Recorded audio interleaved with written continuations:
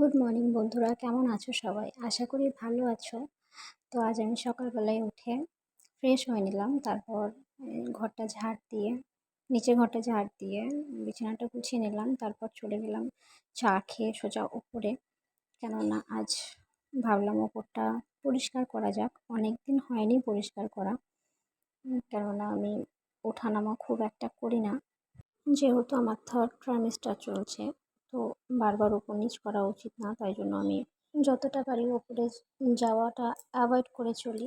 আর সত্যি বলতে কি, এই গরমে ইচ্ছা করে না কোনো কিছু করতে। আর একটু বেলা পড়ে গেলে তো ওপরে যেতে একদমই ইচ্ছা করে না, কেননা খুবই গরম।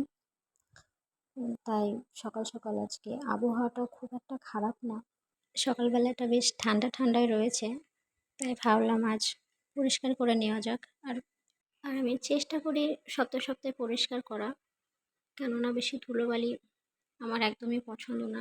ধুলো জমে যায় বেশি দিন পরিষ্কার না করা হলে। আর উপর থেকে আমার ডাস্ট অ্যালার্জি রয়েছে, তো এটা খুব সমস্যা হয় খুব বেশি ধুলো পড়ে গেলে। তো আমি সব কিছু ভালো করে মুছে নিয়ে তারপর পোছাটা লাগিয়ে নেবো। আর আমার মেয়ে মাঝে মাঝে চলে আসে উপরে, এসে সোফার উপরে লাফালাফি করে, তো আমি যতটা পারি চেষ্টা করি পরিষ্কার রাখার। ঠান্ডা ঠান্ডা হাওয়া দিচ্ছে সকালবেলাটা, তো কাজ করতে কোনো অসুবিধে হচ্ছে না, বেশ ভালোই লাগছে।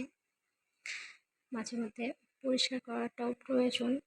আর একটা জিনিস, মজার জিনিস আমি তোমাদের সঙ্গে শেয়ার করি, যেটা হচ্ছে প্রেগনেন্সিতে মানুষের খুব প্রচণ্ড পরিমাণে মুড সুইংস হয়। আমি পরশু দিনকেই ভাবছিলাম যে ওপরটা পরিষ্কার করব, আর তার কিছুক্ষণ পর আর কোনো ইচ্ছাই করলো না যে আমি যাবো গিয়ে পরিষ্কার করব।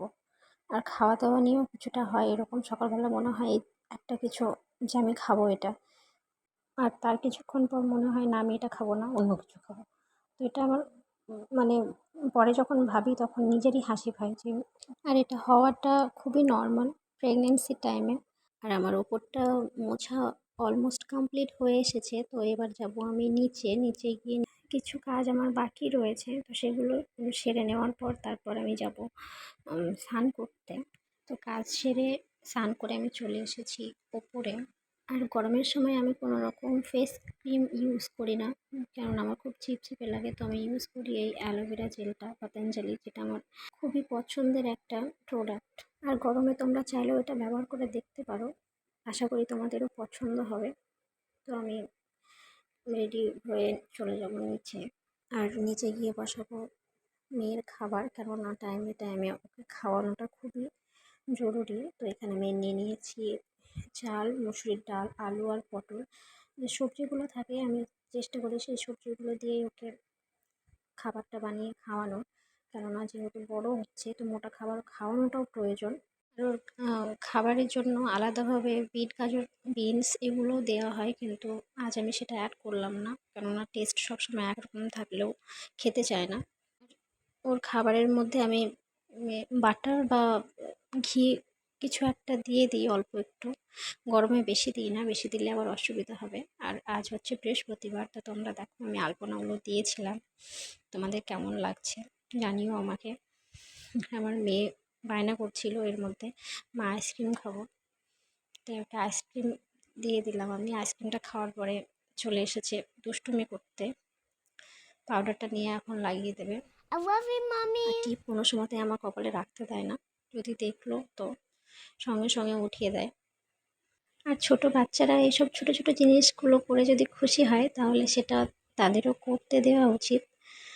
তো এখানে দেখো কতটা আনন্দ পাচ্ছে। আর এরপর আমাকে পাউডার মাখানোর পর চলে গেল। মায়ের Oh my অবস্থাটা দেখো একবার God. তোমরা, কি অবস্থা করেছিল। Wow. তো সকালের খাবার আমরা খেয়ে নিয়েছি, আর আমার সোনামাকেও খাইয়ে দিয়েছি। আর এরপর যেটা করব সেটা হচ্ছে দুপুরের রান্না। আর আজ আমাদের দুপুরের রান্নায় রয়েছে পটল ভাজা, আমের চাটনি, আর আলু উচ্ছে ভাজা। আজ আমরা নিরামিষ খাবো, নিরামিষ বলতে মা আর আমি নিরামিষ খাবো, বাবার জন্য মাছ আনা হয়েছে। আর নিরামিষ খাবো এই জন্য, কেননা আজকে বুদ্ধ পূর্ণিমা, দিনটা খুবই ভালো, তাই মা আর আমি আজকে নিরামিষই খাবো। আর এখানে দেখো, মা বাবার জন্য মাছটা আলাদা করে রান্না করে নিচ্ছে বাইরে। আর সকালবেলার ওয়েদারটা যতটা ভালো ছিল, বেলা বাড়লে ততটাই খারাপ, রোদ আর গরম বেড়েছে। এদিকে আমার সোনামা একটা প্লাস্টিক হাতে করে চলে এসেছে, দুষ্টুমি করতে। আর উচ্ছে ভাজাটা আমি অলরেডি চাপিয়ে দিয়েছি, পটল ভাজা হয়ে গেছে আমার। আর তারপর কটা বাসন ছিল যেগুলো আমি ধুয়ে নেবো এখন, কেননা সকালবেলায় খাবার খাওয়ার পর বাসনগুলো ধোয়া হয়নি, সেগুলো রয়ে গেছিলো, তাই আমি সেগুলো এখন পরিষ্কার করে নেবো। আর মেয়েদের সংসারের কাজ সারাদিন কিছু না কিছু আছেই, সেটা যদি বাড়িতে বাচ্চা থাকে তাহলে আর একটু বেশি হয়। তো এখন তো সোনামা একা রয়েছে, কিছু টাইম পর আর একটা হবে, তখন ব্যস্ততা আর একটু বেড়ে যাবে। আর আমি চিনি ভিজিয়ে রেখেছিলাম লেবু জল করার জন্য, তো এখন আমি বানিয়ে নেব লেবু জল, কেননা খুব গরম পড়েছে আর কাজের সঙ্গে সঙ্গে শরীর ডিহাইড্রেট রাখাটাও ইম্পর্টেন্ট। আর শরীর যদি খারাপ থাকে তাহলে মানুষ কোনো কিছু ঠিকমতো করে উঠতে পারে না। আর তোমরাও যদি পারো বাড়িতে চেষ্টা করো লেবু জল বা ঠান্ডা জাতীয় কোনো জিনিস, দই এসব খাওয়ার, কেননা এসব খেলে শরীর গরমে খুবই ভালো থাকে। আমার এখানে হয়ে গেছে লেবু জল বানানো, আমি এবার মায়ের জন্য আর আমার জন্য গ্লাসে ঢেলে নেবো, আর বাবারটা ফ্রিজে রেখে দেবো, কেননা বাবা এখনও কাজ থেকে ফেরেননি, তো বাবা যখন আসবেন তখন ওনাকে দিয়ে দেওয়া হবে, ততক্ষণ ঠান্ডা।